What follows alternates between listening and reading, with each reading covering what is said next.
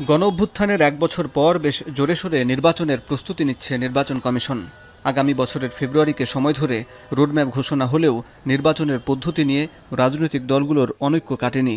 নির্বাচনের পদ্ধতি নিয়ে যখন অনৈক্যের সুর, তাই এর প্রভাব পড়েছে রাজনীতির মাঠে। জুলাই সনদের নোট অব ডিসেন্ট এবং এর বাস্তবায়নের অস্পষ্টতাই রাজনৈতিক সংকটকে তীব্র করেছে। সম্প্রতি প্রধান উপদেষ্টার সঙ্গে রাজনৈতিক দলগুলোর বৈঠকেও নির্বাচন অনুষ্ঠানের পদ্ধতি নিয়ে তীব্র মতবিরোধ হয়েছে। জুলাই সনদের বাস্তবায়নের জন্য গণভোট হবে নাকি পরবর্তী জাতীয় সংসদে যাবে, এ নিয়ে বিভক্ত বিএনপি জামাত। জাতীয় নাগরিক পার্টি চায় নতুন সংবিধানের জন্য গণপরিষদ নির্বাচন। এখন যেটা সম্ভব সেটা এখন হবে, যেটা সাংবিধানিকভাবে করতে হবে সেটা আবার সরকার নির্বাচনের পরে সেটা করা হবে।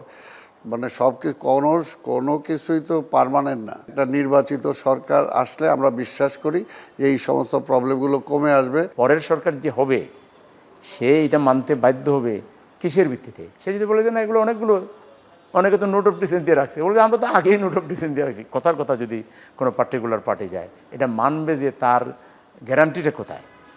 অতীতে তো তার কোনো রেফারেন্স নাই যে মানছে। এখন জুলাই সনদ যেটা দিবেন সেই সনদের মধ্যে যেগুলো আমরা ঐক্যমত পোষণ করব সবাই মিলে, সেগুলো এখনই বাস্তবায়ন করতে হবে।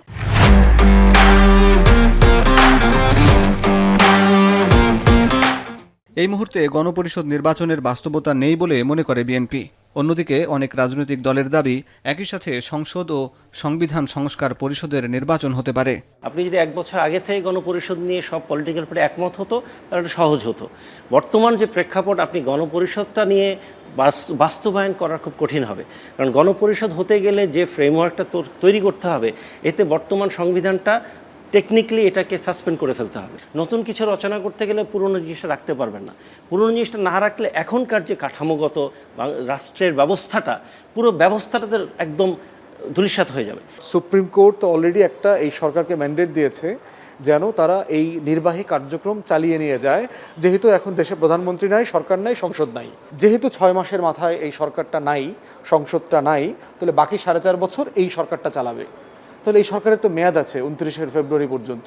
তাহলে আমি আগামী ফেব্রুয়ারিতে কীভাবে নির্বাচন চাই? আমার তো নির্বাচন চাওয়ার এখতিয়ার নাই। নির্বাচন শুধুমাত্র চাইতে পারবো যদি নির্বাচনটা গণ অভ্যুত্থানের ম্যান্ডেটকে আমরা মেনে নেই।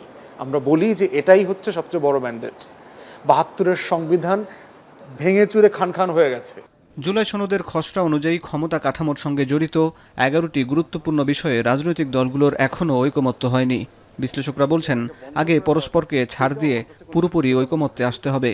এরপর গণভোটে পাশ হলে যথাযথ আইনি ভিত্তি পাবে জুলাই সনদ।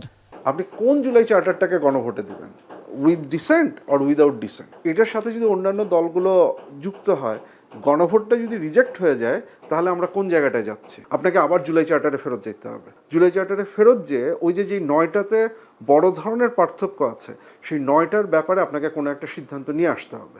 ওইখানে রাজনৈতিক দলগুলোকে আবার নেগোসিয়েশনে বসতে হবে। প্রত্যেকটা রাজনৈতিক দলকে কিছু না কিছু ছাড় দিতে হবে। গণঅভ্যুত্থানের শক্তিগুলোর পারস্পরিক আস্থার সংকট রাজনীতিতে অনিশ্চয়তা তৈরি করছে। বিশ্লেষকরা মনে করছেন, এই সুযোগে গণঅভ্যুত্থানের পরাজিত শক্তি বিভাজন তৈরির চেষ্টা করছে। এই যখন অনিশ্চয়তা থাকবে, তখন কিন্তু আপনার পক্ষে যে কোনো কিছু অতি দ্রুত ঘটিয়ে ফেলা সম্ভব।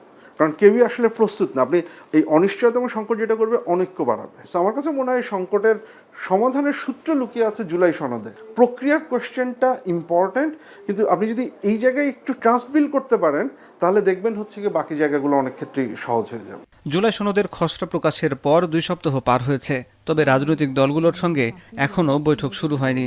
বিশ্লেষকরা বলছেন, জুলাই সনদ নিয়ে দ্রুত সমাধানে আসতে হবে। অন্যথায় রাজনৈতিক অনৈক্য বাড়তে থাকলে অস্থিতিশীলতা আরও তীব্র হতে পারে। হাসিব বিল্লাহ, এখন, ঢাকা।